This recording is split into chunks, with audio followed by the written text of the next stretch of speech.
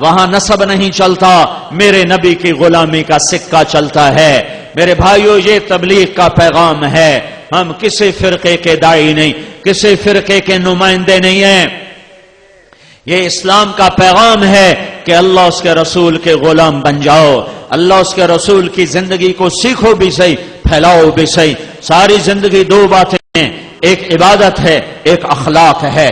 عبادت اللہ سے جڑنے کا ذریعہ ہے، وہ معاشرہ ایمانی معاشرہ نہیں ہے جس میں نماز نہ ہو، جس میں نماز نہ ہو، جس گھر میں نماز نہ ہو، وہ گھر ایمان والا نہیں ہے، اسلام والا نہیں ہے۔ جو ماتھا میرے رب کے سامنے نہ جھکتا ہو، یہ نصیبوں والا نہیں ہے، یہ ہارا ہوا ہے، یہ ہارا ہوا ہے۔ میرے بھائیو، میرے نبی کا پیغام دو باتوں میں دنیا سے جاتے ہوئے، الصلاۃ وما ملکت ایمانکم، میری امت ایک نماز نہ چھوڑنا، ایک اللہ کے بندوں سے اچھا سلوک کرنا، نوکروں سے، ماتحتوں سے، غلاموں سے انسان بن کے رہنا دین کی تکمیل ہے۔ حسن اخلاق کے ساتھ، معاف کرنے کے ساتھ، درگزر کرنے کے ساتھ، جو لوگوں کو معاف کرتا ہے اللہ اسے معاف کر دیتا ہے۔ تم نے یہ تو سنا ہوگا، نماز پڑھو گناہ معاف، حج کرو گناہ معاف، روزہ رکھو گناہ معاف، ذکر کرو گناہ معاف، تلاوت کرو گناہ معاف۔ لیکن صرف اگر اتنے ہی پر گناہ معاف ہوتے تو یہ تو بڑے تھوڑے سے کام تھے۔ میرے رب کی رحمت، میرے نبی کی رحمت للعالمین، رحمت پھیل گئی، رحمت کشادہ ہو گئی، میاں بیوی میں جھگڑا ہو گیا، ہو ہی جاتا ہے۔ میرے نبی کے اخلاق ہیں، اگر خامند کو غصہ آئے تو بیوی چپ کر جائے، بیوی کو غصہ آ جائے تو خامند چپ کر جائے۔ مرد ہونے کی غیرت نہ دکھائے کہ میں مرد ہوں، یہ دیکھے کہ اس عورت نے اس کی خاطر بچے جنے، پیٹ پھاڑ دیا، ماں چھوڑ دی، باپ چھوڑ دیا، بھائی چھوڑ دیے، بہنیں چھوڑ دی، ایک بول پہ اس کے گھر آ گئی اور ساری زندگی پرائے گھر گزار دی، اور آگے سسرال والوں کی مرضی، اسے سولی پہ لٹکائیں یا محبت سے چلائیں۔ عام طور پر ہمارا معاشرہ، سسرالی معاشرہ بڑا ظالم معاشرہ ہے، آنے والی بچیوں کو تار کر کے رکھ دیتے ہیں۔ دوسری طرف سے بھی ظلم و ستم ہے، لیکن بہت کم ہے کہ کوئی بیوی کے عشق میں آ کر اپنے ماں باپ کو دھکا دے دے، لیکن یہ واقعات بہت تھوڑے ہیں۔ زیادہ واقعات یہ ہیں کہ سسرال والے لاتے تو بڑے لاڈ سے ہیں، پر پھر اس کی زندگی کو جہنم کی بھٹی بنا دیتے ہیں، چونکہ نبوت والے اخلاق سیکھے ہوئے نہیں ہیں۔ میاں بیوی کی زندگی میں دخل مت دو، میاں بیوی کی زندگی میں دخل مت دو۔ میں ابھی ایک اپنے علاقے کے بڑے ذمہ دار ہیں، میں ان کے بچے کا نکاح پڑھانے گیا تو فرما رہے تھے کہ میں نے بچے کا گھر الگ بنا دیا ہے، اور میری بیوی نے مجھ سے کہا کہ اس کا گھر الگ بناؤ کہ کہیں ہم میاں بیوی اپنے بچے کی زندگی خراب نہ کر بیٹھیں۔ ہم تو گزار چکے ہیں، یہ دونوں اپنی زندگی گزاریں، کہیں ہماری دخل اندازی کی وجہ سے دونوں میاں بیوی کی زندگی خراب نہ ہو جائے۔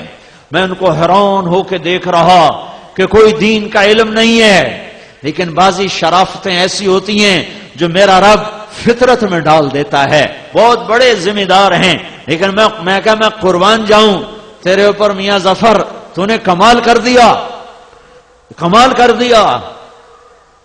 کہ قاضی مولوی صاحب، میں نے کہا ہم دونوں کا، یہ میری بیوی نے مجھے کہا کہ ہم بچے کا گھر آباد کر رہے ہیں، کہیں ہماری وجہ سے ہمارے بیٹے کا گھر خراب نہ ہو، ہم اپنے گزار چکے ہیں، انہیں اپنی گزارنے دو۔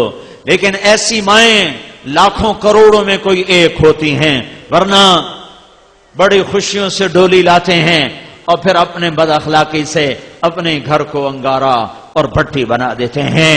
میاں بیوی میں کھٹپٹ ہو جاتی ہے، ہوتی رہے گی۔ میرا رب کہتا ہے یا ایھا الذین آمنوا ان من ازواجکم واولادکم عدوا لکم فاحذروہم، اے ایمان والو، میاں بیوی بچوں میں کھٹپٹ ہوتی رہے گی، یہ جنت ہے نہیں ہے، دنیا ہے، ہوتی رہے گی۔ لیکن کیا کرنا ہے؟ مٹانا ہے، بڑھانا نہیں، مٹانا ہے، بڑھانا نہیں، روکنا ہے، اٹھانا نہیں ہے۔ کچھ لوگ ایسے بد فطرت ہوتے ہیں کہ وہ لڑکی والوں کو الگ ابھارتے ہیں، کچھ لڑکے والوں کو الگ ابھارتے ہیں اور زندگیوں کو برباد کر کے پھر کہتے ہیں ویکھیا کیویں لڑایا، مزے لیتے ہیں۔ اور میرا نبی کہتا ہے اس قسم کے لوگ اللہ کی نظر میں اتنے ناپاک ہیں جیسے پاخانہ ناپاک ہوتا ہے۔ تو میرا اللہ کہہ رہا ہے اگر میاں بیوی میں کھٹ پٹ ہو جائے اور وہ کریں انتعف و تصفح و تغفر، وہ دونوں کریں ایک دوسرے کو معاف اور کریں دلوں کو صاف اور پھر ایک دوسرے کو دیں ہدیہ ہدایہ اور اپنی محبت کو واپس لے آئیں، فَإِنَّ اللَّهَ غَفُورٌ رَحِيمٌ، تو اتنی بات پر میں ان کے پچھلے سارے گناہ معاف کر دوں گا۔ یہ کبھی سنا ہے تم نے؟ نماز پہ گناہ معاف ہوتے ہیں، روزے پر ہوتے ہیں۔ یہ بھی سن لو کہ میرا اللہ تمہیں محبت کے ساتھ رہنا کتنا پسند کرتا ہے کہ اگر میاں بیوی جھگڑ پڑیں پھر صلح کر لیں تو اللہ تعالیٰ دونوں کے پچھلے گناہ معاف فرما دیتا ہے۔ حضرت علی نے سے فرمایا میرے محبوب نے علی طلاق سے بچنا، جب ناجائز طلاق دی جاتی ہے تو اللہ کا عرش کانپ اٹھتا ہے۔ علماء نے فرمایا کوئی شخص یوں کہے انشاءاللہ میرا یہ پلاٹ مسجد کے نام پہ وقف، تو یہ وقف ہو گیا انشاءاللہ، اگر اللہ چاہے تو اللہ تو چاہتا ہے تم اللہ کے نام پہ دو، ٹھیک ہو گیا، گل سمجھ آئی؟ اب ایک آدمی کہتا ہے انشاءاللہ میری بیوی کو 3 طلاق، اگر اللہ چاہے تو میری بیوی کو 3 طلاق، تو علماء فرماتے ہیں یہ طلاق نہیں ہوگی کیونکہ اللہ نہیں چاہتا تم بیویوں کو طلاق دو۔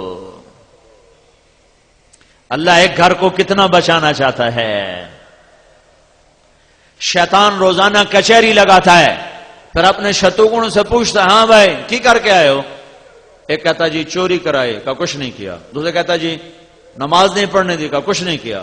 کہا جی میں نے سود کھلا دیا، کہا کچھ نہیں کیا۔ کہا جی میں نے جوئے کا اڈا چلا دیا، کہا کچھ نہیں کیا۔ کہا جی میں نے شراب کا اڈا چلا دیا، کہا کچھ نہیں کیا۔ یہ سارے بڑے بڑے گناہ وہ کہتا نہیں کچھ نہیں۔ ایک پچھو بھیڑ تو کالڑا شیطان کھلوندا لنگڑ، وہاں جی میں میاں بیوی نو لڑایا، کہا واہ واہ پترا کام تو کرتا اور میں نے میرے ہاں نہ لگ، اس کو آگے بلاتا ہے، اسے گلے لگاتا ہے، کہتا تو ایتھے میرے نال باؤ، کم بخت تو کم تا اے کرتا ہے، تسی کڑا کم کرتا ہے، شرابی دی شراب دی جانتا ہی، بے نمازی دی غفلت دی جانتا ہی، سود خور دا سود دی ذات تائیں تے میاں میوی دی لڑائی نسلاں تے خانداناں تائیں، شاباش پترا ایویں کیتی آویں۔